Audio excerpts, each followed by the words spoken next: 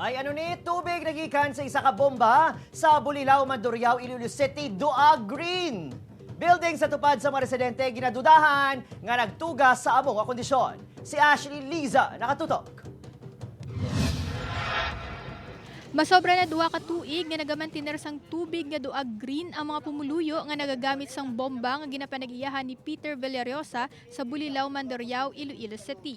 Pagbumba lang namon nga daw nag blue green sa daw nag green na kung sige-sige daw gaga lasaw na sa daga green. Tama na yung tubig yan, hindi na naging mapuslan eh. Wala man sang baho ang tubig, apang ini ang nagatugas ang pagkabalakas sa ila. Sa CR lang yung sunod sa mga kung mag-limpyo-limpyo sa mga ano day. Sa mga ano da kung ano day na bagay mga maiko-iko eh. Ginpahibalo na sa mga natungdan ang sitwasyon sa ila tubig sa barangay. Kahapon, nagguha na sang sample sang tubig si punong barangay Mary Joy Salpin kag base sa abiso sang City Health Office, ini ang gindala sa isa ka pribado nga laboratorio para ma-examine. Ina-analyze namon ang tubig sa bacteriological, chemical, kag physical examination.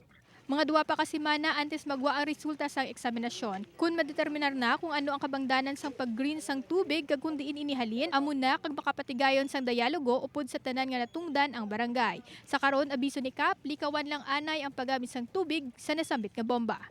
Upod kay Romel Porquilla, Ashley Liza, 1 Western Visayas.